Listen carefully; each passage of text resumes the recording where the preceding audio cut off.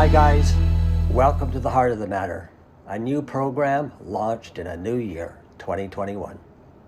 If you are new to HEARTSUM Living, my name is JALLAN, your host of this exciting new program, where we will explore how to achieve your personal best during and post-COVID-19, and how to be successful in life and love, whatever that means to you. Today's program looks at the state of long-term relationships and marriage, which have been tested more than ever during the pandemic. You better believe it. Why do some thrive managing the journey through calm and rough waters, while others crash into the rocks, entering into crisis management and often ending in divorce? And I've been there. My questions will be answered by Esther PEREL, who I personally love, and has much to offer singles and couples. Before I begin, if you have not subscribed, don't forget to click the subscribe button down below. And if you enjoy this program, hit the like button, please. Also, take a look at our website, heartsum.ca, where you'll find useful tips and tools, along with a variety of programs to suit your interest. So, let's get into the program that lasts around 10 minutes. 2020 has been a very difficult year, and with lockdown, relationships have been tested in ways they've never been tested before. And before COVID, the divorce rate was around 50%. 20% of couples who stay married are in sexless marriages. And in a recent survey, people below the age of 50 reported having sex 1 to 2 times a year, and people under 40 reported having sex once a month. What would you say are the signs of a relationship heading towards the rocks? And how can people avoid them? I think there's a number of things in a relationship that become the kind of cornerstones of the demise, okay? And I'm not going to list them in order, but they all are part of each other. Indifference and contempt and neglect and violence are probably the 4 most important. Okay. I'm not talking about big violence. Microaggressions are plenty.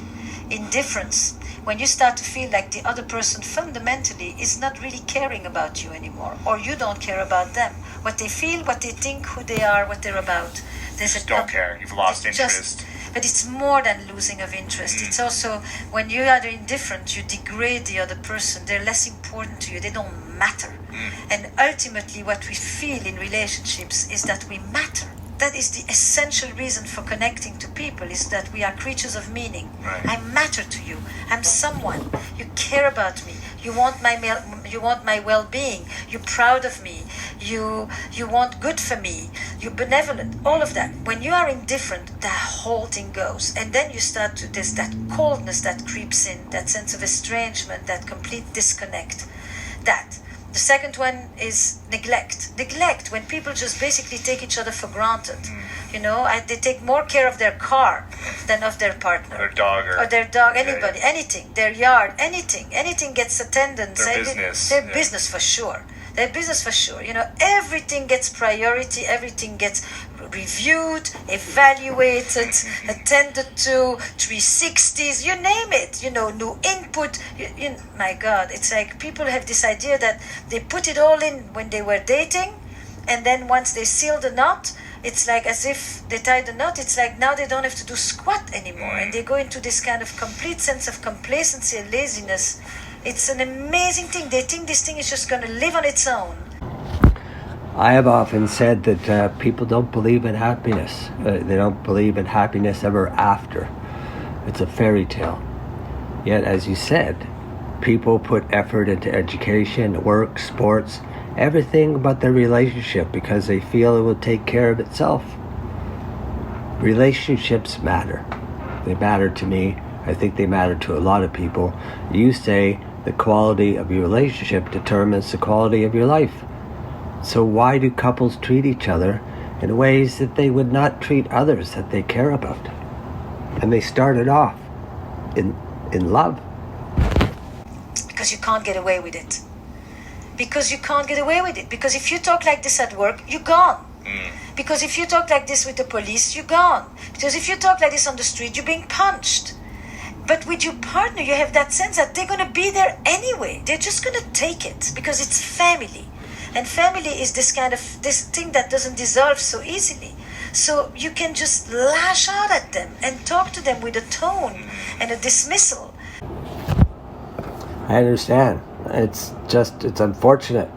We're not taught before marriage or long-term commitments how to manage stormy seas and the challenges on our journey together. Clients ask me all the time, Jallan, how often does a healthy couple have sex or make love?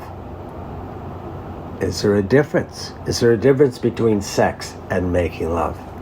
And the big question is, how does a healthy, happy relationship keep the passion alive? And if we stop having frequent sex, am I no longer in love? So, one of the fascinating things for me in looking at sexuality is that it's probably one of the dimensions of relationship that has changed the most, and it's still the majority of the world. Sex is for procreation. Sex is a marital duty on the part of the woman. Nobody cares particularly if she likes it and how she feels and if she wants it. And men have the privilege to go and find sex elsewhere.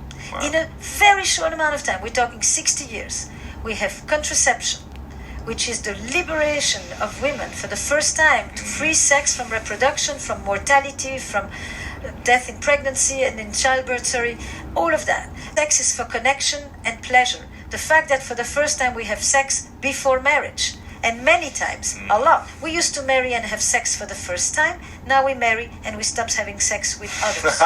Okay? Right. Monogamy used to be one person for life. Now monogamy is one person at a time. And people go around telling you, I'm monogamous in all my relationships. The fact that I choose you to marry or to live together doesn't matter, commitment, because I'm attracted to you, because you give me butterflies in my stomach, and the fact that I think that if I don't have these butterflies anymore, maybe I don't love you anymore. I feel like it. I want to. Not I have to. Not we want many kids. After 2 kids, the only reason to continue doing it with you is because we feel like it. Right. That's it. And hopefully it's at the same time and for each other. Because plenty of desire continues, but it's not always at home. Ouch. Sad but true. One could say this keeps the escort industry very busy. Kidding aside, we find the love of our life and we want to avoid crisis. And we should know how to avoid crisis and definitely avoid divorce. Most couples, they want to be happy, they want to be healthy, and they want to keep that passion alive. How does a couple manage their journey together? It often has to do with the fact that the story, the character, the plot is not seductive. The romance, which is an essential ingredient of turn-on for the woman, often disappears in the long-term relationship. It's like people look at each other at the end of the day and you want to fool around? You want to do it? You're up for it tonight? Now this is not very much of a turn-on for most women. And the idea that foreplay often starts at the end of the previous orgasm, and not 5 minutes before the real thing, which for her is not the real thing. The real thing is everything else so it's around. Seduction, it's a plot, it's a coming close, it's a tease. Mystery. It's what animals call pacing. It's that I come to you, but I don't overwhelm you. I come just a little bit so that you can come a little bit toward me.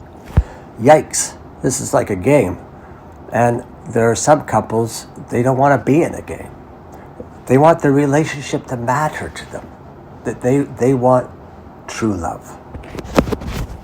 Why don't you stay an hour extra at home in the morning and not just because when you have a headache?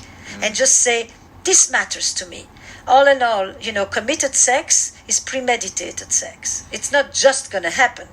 Because whatever is going to just happen already has. So you're going to make it happen. Because you say, we matter. We're important. Let's do this. It doesn't mean if you're going to make love or have sex. It just means we're going to take this hour and there's nothing else that matters in this moment. But just you and I to be together, to check in.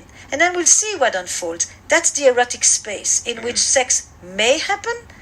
Probably will. doesn't have to, but it is the place from which it is much more likely to emerge. But people don't do that.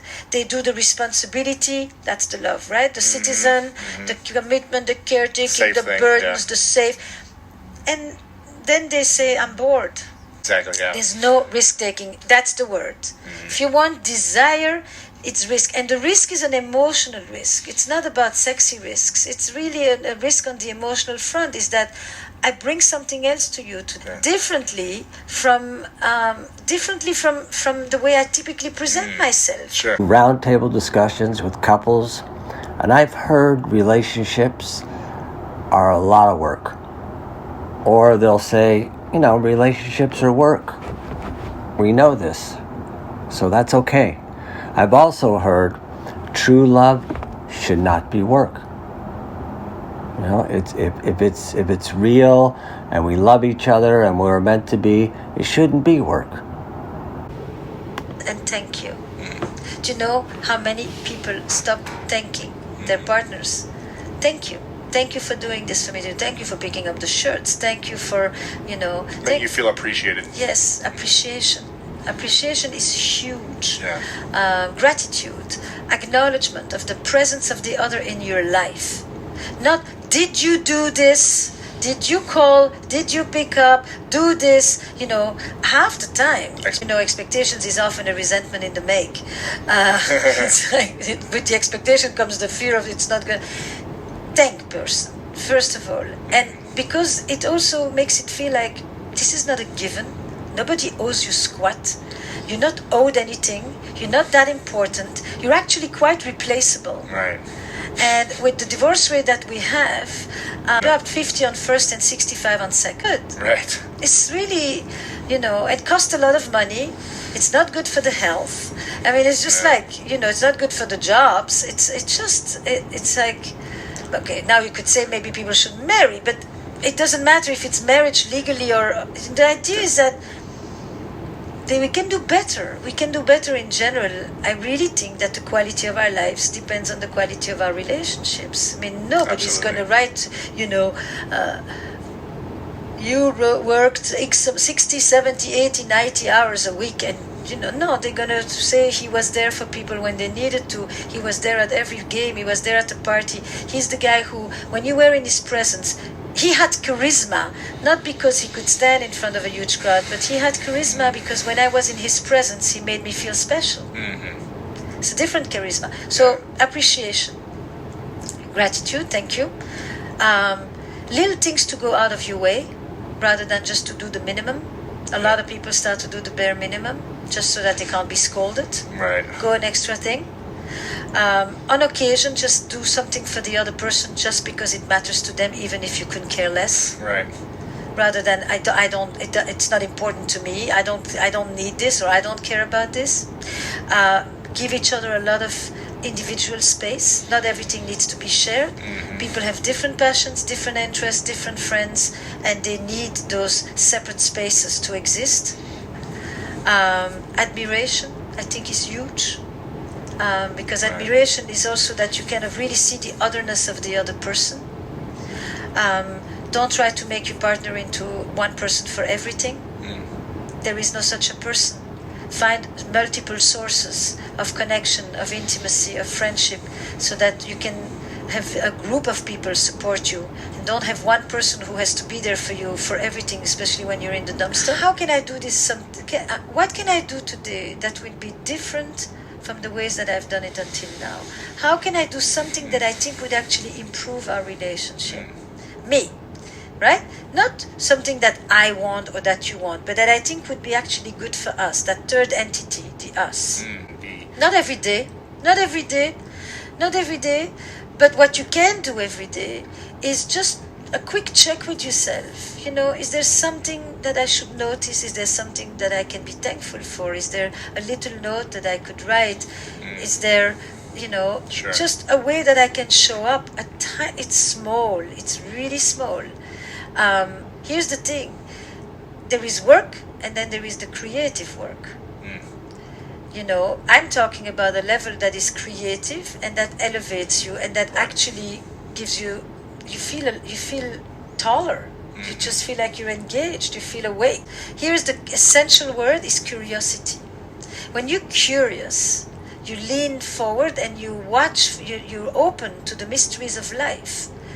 This is, please don't bother me with anything, because I don't want any stimulation. I've had my share, I've been, and this is the position that most people have at home. So when people say it's too much work, I basically say, look, you, if I was to say this in your business, would you say this is too much work? Reward system. You have incentives. Bonuses. You have bonuses. But there is no incentivized system as in the private domain. So people just think, why bother? Right. And that's the difference, is that the ones who have good relationships are the ones who created their own internal incentivized system. The first thing is almost one of the first things that our parents teach you. Please and thank you. Do you know how many people stop thanking their partners? Thank you. Thank you for doing this for me. Thank you for picking up the shirts. Thank you for, yes, appreciation. Appreciation is huge. Yeah. What comes first? A healthy, happy, successful person, or a healthy, happy, successful relationship? And that's why I feel relationships matter. Relationships matter, and the lessons to be learned are simultaneously simple, obvious, but also difficult to master. Yet, when in alignment with your true self, with the right energy and the intentions, it becomes so much easier. I'll leave you with this. The health and happiness of a person affects the stability of a relationship. And the stability of a relationship affects the health and happiness of a person. It's a cycle which affects our entire life. Life, work, play, and love.